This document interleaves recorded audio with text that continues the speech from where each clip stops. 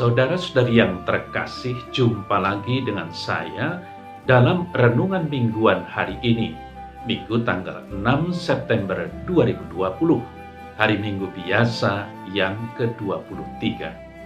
Marilah kita mendengar dan merenungkan sabda Tuhan, yakni firman Tuhan yang tersurat di dalam Injil Matius, bab atau pasal 18, ayat 15 sampai dengan ayat 20.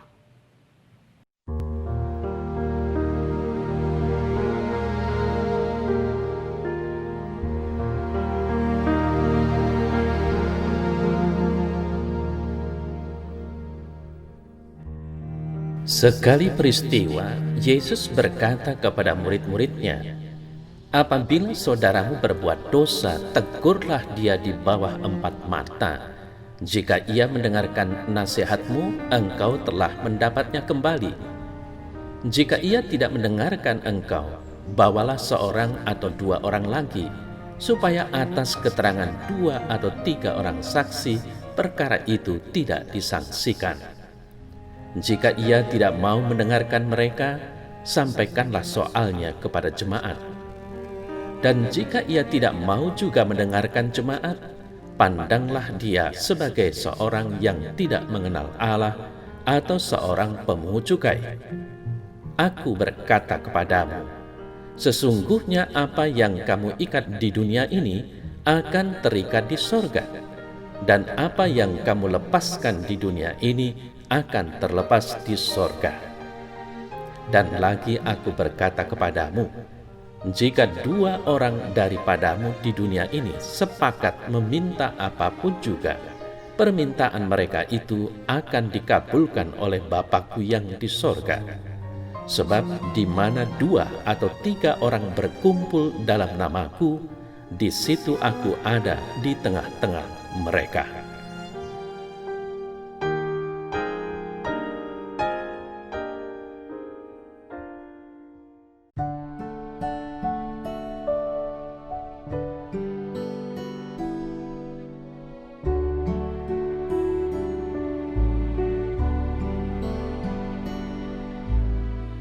Saudara-saudari yang terkasih, warta Injil hari ini yang diambil dari Injil Matius bab atau pasal 18 ayat 15 sampai dengan ayat 20 adalah sebuah pengajaran tentang prosedur untuk menghadapi orang yang bersalah. Tidak dapat disangkal bahwa hal menegur sesama adalah pekerjaan yang sulit. Ada banyak orang yang tidak mau menerima teguran, dan ada banyak teguran diberi dengan cara yang tidak bijaksana, misalnya langsung di muka umum atau dalam kepanasan hati dan dengan kata-kata yang terlalu kasar. Saudara-saudari yang terkasih, dari warta Injil hari ini, teguran harus dimulai di bawah 4 mata. Supaya jangan sampai teguran itu terlalu mempermalukan. Apalagi bila kita menegur seseorang, janganlah niat kita untuk memukul saja. Niat yang wajar ialah mendapatkan kembali saudara kita laksana seekor domba yang sesat. Dengan demikian, kiranya teguran yang kita ucapkan kepada saudara kita yang berbuat salah dapat menjadi pertolongan baginya. Saudara-saudari yang terkasih, kalau kita cermati perikopa Injil hari ini, bagian yang pertama, Matius 18 ayat 15 sampai dengan 17, mengajarkan kepada kita sikap rekonsiliasi terhadap pendosa. Biasanya dalam ajaran Yesus, Perjanjian Lamalah yang menjadi titik tolaknya. Dan sudah hampir pasti di sini bahwa titik tolak terletak dalam kitab Imamat, bab atau pasal 19 ayat 17, yang berbunyi, "Janganlah membenci saudaramu di dalam hatimu, tetapi engkau harus berterus terang menegur orang sesamamu." Untuk itu, saudara saya terkasih, Tuhan Yesus secara khusus berbicara mengenai sikap terhadap saudara atau anggota jemaat yang berdosa dengan prosedur tahapan yang harus diambil, yakni pertama pembicaraan pribadi, kemudian yang kedua pembicaraan di depan saksi, dan akhirnya yang ketiga pembicaraan di depan jemaat. Saudara saya terkasih, tanggung jawab yang pertama ialah pergi secara pribadi kepada orang yang bersalah tanpa menunggu permintaan maaf.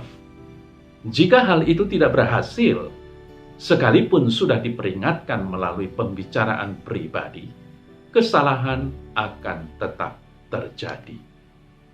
Maka perlu masuk tahap yang kedua. Prosedur semacam ini membuatnya lebih mudah untuk memperoleh suatu pengakuan bersalah. Pada langkah yang kedua ini, harus ada beberapa orang saksi pada saat wawancara atau berdialog. Keikutsertaan 2 atau 3 orang lain dalam teguran dengan 2 alasan. Yang pertama, teguran yang diberi oleh 3 orang adalah lebih kuat daripada teguran yang diucapkan oleh 1 orang saja. Lalu alasan kedua, dengan 2 orang tambahan itu, pembicaraan akan menjadi lebih matang dan lengkap. Apabila berhasil, dia akan memperoleh orang itu sebagai sahabatnya dan memulihkan hubungan orang tersebut dengan Tuhan dan dengan sesama orang beriman. Hal tersebut bertujuan untuk mengajak saudara kita yang berdosa kembali dalam kesatuan jemaat. Namun, saudara saya yang terkasih, apabila tahap kedua masih saja tidak berhasil, masuk kepada tahap yang ketiga.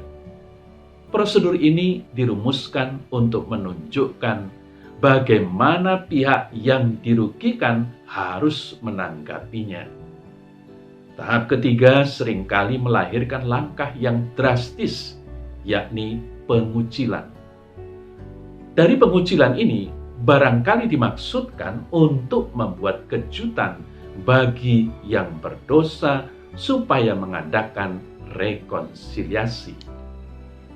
Saudara saya terkasih, proses yang sama ditempuh oleh jemaat di Israel pada masa yang lalu berdasarkan kitab Ulangan bab atau pasal 19 ayat 15. Penyebutan anggota yang dikucilkan sebagai orang kafir atau pemungut cukai ini meski agak aneh mengingat sikap Yesus yang terbuka terhadap kedua kelompok tersebut. Namun, kita dapat menarik maksud istilah tersebut bahwa istilah ini melukiskan orang yang dikucilkan dari arus kehidupan religius Yahudi. Saudara-saudari yang terkasih, bagian yang kedua, Matius bab atau pasal 18 ayat 18 sampai dengan 20, mengikat dan melepaskan. Dalam Matius 18 ayat 18 dikatakan, sesungguhnya apa yang kamu ikat di dunia ini akan terikat di sorga, dan apa yang kamu lepaskan di dunia ini akan terlepas di sorga. Orang Yahudi memakai istilah mengikat untuk hal mengucilkan seseorang dari jemaat Tuhan, dan istilah melepaskan dipergunakan untuk hal melepaskan seseorang untuk masuk ke tahap pengucilan. Apa yang dimaksudkan atau pengertiannya? Orang yang terikat pada kesalahannya, maka ia akan terlepas dari komunitas gerejawi. Saudara saya terkasih, melalui ayat 18 ini kiranya Tuhan Yesus memberikan suatu wewenang disiplin gerejawi. Bukan hanya tindakan dari anggota-anggota jemaat terhadap seorang anggota jemaat, melainkan dapat dikatakan atau diartikan sama dengan tindakan Allah sendiri. Sehingga jika jemaat menegur seseorang supaya dia bertobat dan meninggalkan dosanya, maka melalui teguran itu Tuhan sendirilah yang mencari dan memanggil orang itu. Dan jika ia tetap menolak panggilan Tuhan itu, maka Tuhan menolak orang itu. Sebaliknya, jika jemaat menyambut seorang anggota yang menyesal, maka Tuhan sendiri juga menyambut orang itu. Saudara-saudari yang terkasih, kiranya melalui warta Injil hari ini menjadi jelas bagi kita semua bagaimana seharusnya sikap kita sebagai orang beriman terhadap saudara kita yang berbuat salah. Kita berkewajiban menegur dia, namun bukan pertama-tama untuk menghukum, melainkan dengan teguran itu kita mau supaya dia kembali kepada Tuhan, kembali dalam persekutuan umat, yakni dalam gereja. Inilah salah satu sikap belas kasih ilahi yang harus kita wujudkan dalam relasi atau hubungan dengan sesama kita, terutama saudara kita yang bersalah.